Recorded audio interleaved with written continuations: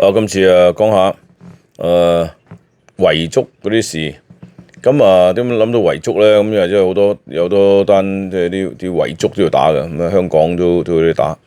咁寫咗冇寫遺囑，咁好多人話要爭啦。咁寫咗遺囑都要爭，咁寫嚟做乜嘢咧？咁其實寫遺囑中間都有問題嘅。咁具體嘅爭議咧，即係遺囑本身嘅爭議。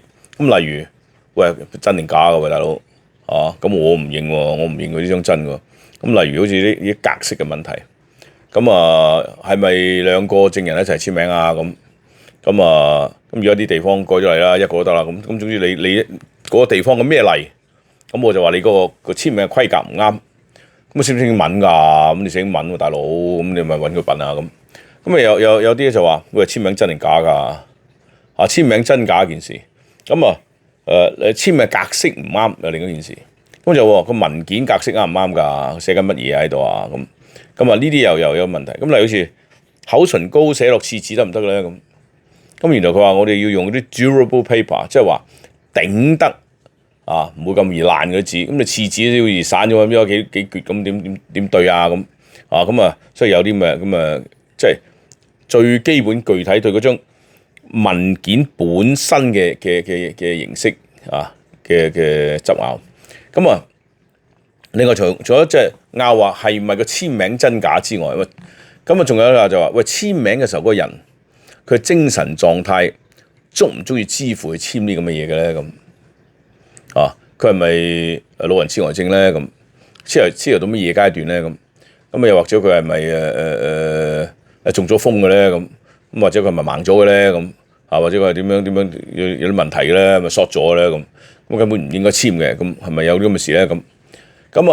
又有啲問題啦。另外就話，如果文件樣簽乜嘢都啱晒，係真係簽名，佢本人簽有樣本身張嘢係啱嘅，張嘢啱啫，內容唔啱喎。點解內容唔啱咧？太過離譜嘅分配，咁完全冇我份嘅。如冇分冇問題喎。咁但係冇我份之後，有啲人佢話冇我份啫，我平時靠個死者食飯嘅喎，生活靠晒佢嘅喎，米飯班煮鬼瓜咗，咁我冇晒，即刻停態，咁大鑊咁。所以我中間咧就有幾樣嘢考慮嘅。第一個就話唔公道，咁我俾晒個大仔，二仔就分少少，啲女全部冇得分，得唔得？算唔算唔公道咧？咁睇下點講啦，係咪先？好多以前鄉下啲守舊個女嫁咗啦嘛，咁你分嚟做咩咧？咁呢個其實好啱嘅，即係中國以前最值錢嘅土地嚟噶嘛。土地咁喺我條村度，你嫁咗去隔離村啊嘛，大佬，你嫁咗出省城啦嘛，咁我呢啲地你又唔會耕又唔會剩，咁分俾你做乜嘢咧？係嘛？我點解分俾你嘅咧？咁奇怪。所以咧就為咗保持我哋嗰個耕地嘅規劃性咧，咁啲女係冇得分嘅，分俾仔嘅。咁女啲冇財產啦，有啊，你有嫁妝啊嘛，你走嘅時候，連陪嫁妹都帶咗兩個去喎，係咪先？哇！一雙二龍帶金銀首飾，嗰啲唔係錢嚟㗎，嗰啲錢嚟㗎嘛，分咗㗎啦，俾咗你㗎啦。以前最值錢嘅嘢就係啲土地，剩翻嘅攞住買金銀首飾啦，咁都分埋俾你啦，你仲想點？所以其實又好公道喎咁曾經以前咧就中國又試過打官司，佢話兩個咧就分財產，兩兄弟咧，大家都話對面攞得多，本來共產噶嘛，而家啦分兩份，大家話對面攞得多，個官就嚟佢話攞出嚟，佢話嗱屋企你又唔好帶出嚟，全部就出嚟先，打官司出嚟打，係咪唔公道？話係啊，對面攞多咗啊，多咗啊咁啊，佢話咁啊，嗱乜都冇攞咯喎，嗱你搬你屋企，佢搬你屋企，分完啦。公道啦啩？你話佢多啲啊嘛，你去嗰度咪得咯？所有地契、所有嘢、金銀首飾全部有幾多米、幾多谷，全部喺手度。咁你又有幾多衫啊、綾羅綢緞啊、幾多金銀首飾啊有幾多地契喺手度，乜分開得啦 ？A 去 B，B 去 A 咁咪得？你成日話人哋多嘛？搬屋都好麻煩嘅，房產大人就算數啦。咁搬屋咁真係得。講完。咁所以咧，成日話唔啱，其實唔係唔啱。係貪心唔夠啫，唔係唔啱，係唔夠，即係想攞多啲成日都想攞多啲。咁我有嘅咧，我有嘅我㗎啦嘛。咁人哋點解你有我冇啊？咁你有嗰啲就分俾我，我有嗰啲梗係我㗎嘛。咁呢個咧就係一般好多時候嗰啲兩公婆嘅分財產都係咁嘅。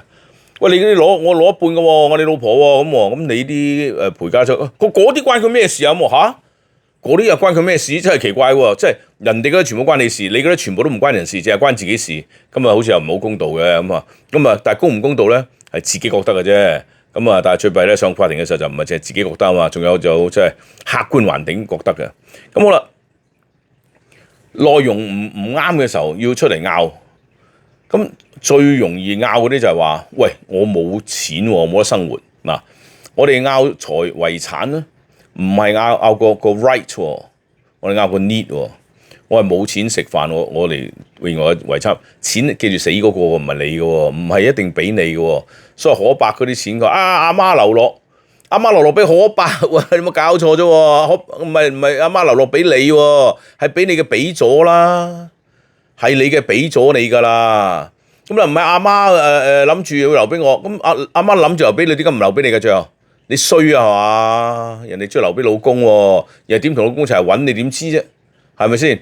咁啊，阿媽有份做嘢，冇話你阿媽冇份做嘢喎，係嘛？咁佢啲錢點俾唔關你事喎？點解一定要留俾你嘅咧？真係奇怪啊！咁所以咧就即係理論嘅時候，即係就咁諗啊！啲錢係死者嘅，所以法庭咧能夠盡量尊重個死者意見嘅時候咧，佢係執行佢嗰種遺囑。咁人哋啲錢，人哋中意點俾就點俾，除非太大出問題。例如好似個孫或者外孫喺外國讀書。就靠阿婆啲阿嫲去俾學費嘅，生活費全部都阿婆阿嫲俾咁啊，大把錢啊嘛，係咪先？即係嗰啲賈寶玉阿媽個阿嫲嗰啲啊，咁啊賈老太俾錢咁啱啦。俾下，我讀緊醫科喎，仲有幾年都未讀完，我到大學2年班啫喎。阿嫲瓜咗，大白菜啲黐線咁收埋錢冇啦咁啊，哇咁啊點啊？咁我喺英國咁讀下，喂我考第2名，我真係唔考第一，考第2喎醫科，咁啊冇得讀咯，咁啊走咯，洗碟啦咁我咪大鑊。咁啊，從此就變咗洗碟，咁啊唔得啊嘛，係嘛，大佬冇諗住揸手術刀嘛，而家呢個捧餐咁啊唔掂啊，咁所以呢個我就會出聲話，喂唔得喎，如果我阿嫲未瓜嘅時候，我係會係諗到係佢哋會俾生活費俾我嘅噃，咁啊，如果阿嫲聰明嘅話，佢應該喺死嘅時候佢會諗到，如果我萬一死咗，哎呀，我有2個孫。一個英國，一個美國讀書喎，我要搞掂埋佢啲錢先得喎，應該會撥一筆錢俾我，所以我認為咧，或者最少撥一筆錢俾我嘅咁。咁或者個有啲人話，咦？點解阿媽冇份嘅咧？咁起碼都俾間屋佢住啊？咁係咪先？而家唔係冇屋啊嘛，4-5間屋喎，咁俾一間屋媽咪住得唔得嘅咧？咁啊俾佢住過世要啩，或者分一間俾佢，再分啲錢俾佢，因為佢頭暈身熱啊，間屋要維修噶嘛。阿媽你冇收入冇剩嘅，咁點算咧？咁呢個喺遺囑上面咧，因為我需要。所以就係執拗嘅，咁啊，但係話簽名真假呢啲咧，或者文件真假嗱，文件本身而家影印好靚仔噶嘛，真嘅一樣，真嘅一樣唔係等於真嘅喎。只要你嗰張遺囑，如果喺個簽遺囑嘅人嘅手上而唔見咗咧，法律上假定佢私遺咗，佢唔啱啊抌咗。咁啊，我有 copy，梗係有 copy 啦。之前佢簽嘅時候俾咗 copy，你大家後來諗啦，攞正本。攞正本唔要抌咗，所以就冇咗正本啦。最後正本我手嘛，但我搣咗咯，咁啊瓜埋，咁所以你副本係冇效嘅，完全冇效就等於當冇遺囑咁做啦。咁啊，但係如果有張遺囑摸落去最容易啦，法庭教噶，僆仔小朋友嗰陣時幾廿年前死啦，撈亂咗邊張真我唔知邊張真嘅喎，啊摸啊嘛睇咁你傻嘅摸下佢凹凸咁簽名凹凸噶嘛，凹凸嗰啲咪真嘅咯咁。咁啊如果唔知邊張係咪凹凸嘅咧，咁啊做科學鑑證啦，咁驗咗出嚟話喂。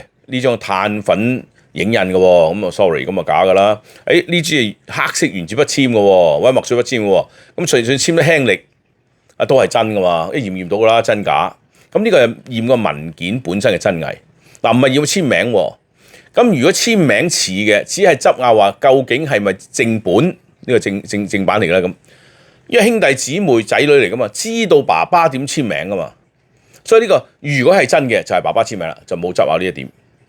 但如果係成張都假嘅，假嘅唔使影印，做張影印本出嚟啦。呢啲係好難明瞭嘅事啦。咁啊，如果證明咧係真嘅，咁啊大家承認啦。嗱好啦，爸爸簽名啦。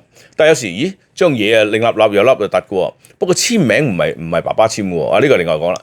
呢個就筆跡專家去證明。嗱，我所知道打幾單官司用筆跡專家咧，都係要攞個正本文件俾佢去驗證嘅，因為佢會知道個簽名嘅時候咧。邊度用力多啲就凹凸個位會明顯啲，咁啊對翻呢啲文件，好似係咁上下咁嘅方式去對嘅。咁啊，我哋見上庭嘅時候，佢哋講過類似咁嘅資料嘅。咁呢個係個簽名嘅真偽嘅分析啦。咁啊，至於簽文件，你好似話一齊簽有證人咁。咁我哋過庭嗰時等嘅時候咧，咁等到好多庭啊，即係一係你瞌眼瞓，一係你遲到，一係你同人傾偈唔理人哋啦。咁但係如果想學嘢嘅時候，免費喎，真人表演喎，咪講笑話聽下嘛。咦，個法官佢話佢橫掂一齊簽名一支筆啦，佢點解揾幾支筆啫？你咪就揾嚟搞我哋而家好啦，全部瓜晒幾年前。咁有人拗話唔係，我唔相信佢哋幾個一齊簽名嘅，同時簽名。咁你點證明咧？咁啊係喎，點解一個用黑色墨水筆，一個用深藍色墨水筆，一個用淺藍色墨水筆咁靠害？咁係咪可能一齊簽名咧？可能嘅噃。咁係咪更加大機會係唔一齊簽名咧？要係揾翻支筆，咪仲大鑊你冇揾嚟搞。佢話你真係揾嚟搞，所以仲用一支筆簽名。不過我就試過出去簽名嘅時候咧，有啲闊佬咧，佢話我呢支係簽名筆。簽完佢袋翻埋，唔俾你簽喎。佢話第啲人唔掂喎。哦，咁冇得，冇問題，你唔好掂啊，唔好掂啦。拗數嗰陣時唔好嘈得啦，係咪先？咁咪有咁嘅事。我哋試過有律師樓簽名咧，律師收翻埋支筆喎。佢呢支我支發財簽名筆喎，袋翻埋。哦，咁都得啊？個個都有發財簽名筆㗎啦。終於咪變成黑色深藍同淺藍咯。個個都有發財筆㗎嘛，係咪先？咁我知綠色嘅添喎，仲犀利喎，即係旺我。你知唔知個顏色？哦，咁樣啊，唔知啦。咁啊真係盞搞。咁所以有時啲嘢咧就即係。我哋唔係好聰明，聽得多見得多啫。咁真係哇，係喎，佢係喎啊，咁啊學到嘢啦。咁人哋話啊，阿陳總你真係聰明啦。咁因為我聰明啊，我係借人哋嘅智慧啫。咁好啦，更加原來執拗咧就話，其實我阿媽簽名嗰時疏疏地㗎啦，都就瓜啦嚇。喺病榻嗰度彌留之際咁簽名，大佬搞錯啊？喂，佢打緊嗎啡嗰陣時點簽啊？誒？哇，咁啊犀利喎！喂，你知我老豆老人痴呆症啊？3年前佢已經睇緊病噶啦喎，有病歷噶嘛，大佬。3年後先簽咗10年後死咗。咁我話嗰張嘢佢簽嘅時候已經唔記得啲嘢啦，得唔得咧？唔會啩？唔會佢睇醫生，唔會真係食藥啊？又啱喎，咁我點知佢唔記得咩咧？好容易唔記得啦嘛，近嘅唔記得啦。所以大仔咪分8成啦，二仔分2成啦，幾個女冇得分啦，佢唔記得咗生咗女，佢直情唔記得咗喎，我一寫都得，淨係記得個大仔同個二仔，咁啊係咪冇得分啊？係喎，佢分俾仔唔分俾女，唔係喎，仲有拉仔，哎呀，拉仔都冇埋，咁啊奇怪啦，點解咧？咁啊有理由懷疑，我哋有合理嘅理由相信，當日爸爸簽名嘅時候咧，唔記得後面嗰幾個啦，得唔得咧？可能嘅喎，唔知喎，好啦。唔知就犀利啦！原來咧老人痴呆症，我聽啲醫生講咧，佢話唔係樣嘢都唔得嘅喎。有啲老人痴呆症係佢對數字唔敏感啦，有啲對記憶唔敏感啦。佢唔係全部唔記得晒嘅喎，乜都唔記得晒，咪食飯唔識啦，係嘛？開嘢坐凳都唔識啦，係嘛？成個瞓直啦，唔認得張凳咪坐落地，係咪咁離譜啊嘛？咁佢原來有啲嘢係唔認得嘅，但佢都認得嘅喎。佢有時唔認得，有時佢認得嘅喎。原來咁樣嘅喎。即係我唔係醫生啊嘛，咁但係醫生會講俾我知啊嘛。打官司嘅時候上庭聽到噶嘛。咁你有啲所以問題就話，究竟佢簽嘅嗰陣時，佢能唔能夠明白自己講乜？好啦，有啲人如果唔識出聲嘅時候，佢明唔明你講乜啦嗱？咁用啲咩問題問佢，而確認佢一定明白你講乜？佢唔係佢六合頭，我六合頭表示係啊，繼續講啦啊，唔好停啊，繼續講得噶啦。我唔係俾佢同意喎，我唔係同意張嘢喎，我話得啦。有啲人警察告你嗱，人哋咧就話你咁樣，佢係摸佢大髀喎，跟住啦，係 yes，繼續講啦。點樣人哋點樣講我啊嘛，繼續啊嘛。咁啊跟住咧隻手跟住摸上去喎，哦 yes，唔係話 yes 我摸上去，大佬我哋 yes 繼續講啊，you may go ahead，繼續得啦。咁喂真係有咁嘅事喎，乜都 yes 過，明係 no 嘅時候佢都話 yes，即係 yes，我聽到你講嘢啦 ，yes 請繼續。咁所以一定要好明白呢個某一種人對某一種事情嘅反應。所以年紀大嘅人或者言語能力出咗問題嘅人，或者懷疑佢有智障嘅人咧，佢簽嘅時候佢明唔明咧，就要有唔同嘅問題問佢，而啲問題中間令到佢能夠確切咁證明佢明白，聽到你講嘅嘢而明白嘅。因為有啲係要翻譯啦，盲咗另外有嘢方法係講俾佢聽啦，咁等等。咁有啲識聽啊，唔識講，有啲咧就睇唔到嘅喎，係嘛？咁啊點算咧？咁有啲睇到不講唔出喎，咁點我點知明唔明啊？係咪先？咁好多原因嘅，有啲講到睇唔到，佢唔識字嘅喎，都有文盲啊嘛，係咪先？咁啊點咧？咁所以好多情況，咁啊，所以中間好容易咧牽涉到啲叫做老人科嘅醫生。老人科醫生唔係佢老喎，佢係即係專睇年紀大嘅人呢種症狀嘅老人科嘅專科。咁我識啲教授，即係多次合作，即係打呢啲案嘅。咁上庭嘅時候咧，就大家都係梗係各出奇謀啦。咁佢話：哇，好大鑊㗎！佢話對面嗰啲問題，佢一定係行內人背後同佢起草嘅。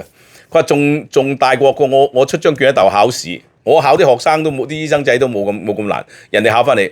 佢話：咦，乜就係咁簡單㗎？唔係話咁話考到汗都出。咁所以咧就呢啲咁嘅情況咧，你唔係話揾到老人科嘅專科醫生就得，而係需要有個上庭經驗嘅，能夠把握到握拿到唔同嘅情況，講翻呢啲説話點令人聽得明嘅。咁所以好多時候所謂專家證人，同樣學歷嘅人大把，但點可以做到專家證人咧？就係佢有冇呢種特別上庭嘅經驗。或者上庭嘅一套理論，點樣能夠喺法庭度作為一種證明，一個科學嘅證明俾你睇。嗱，事情係咁嘅。一專家嘅人其實一個 opinion 一種意見嚟嘅啫。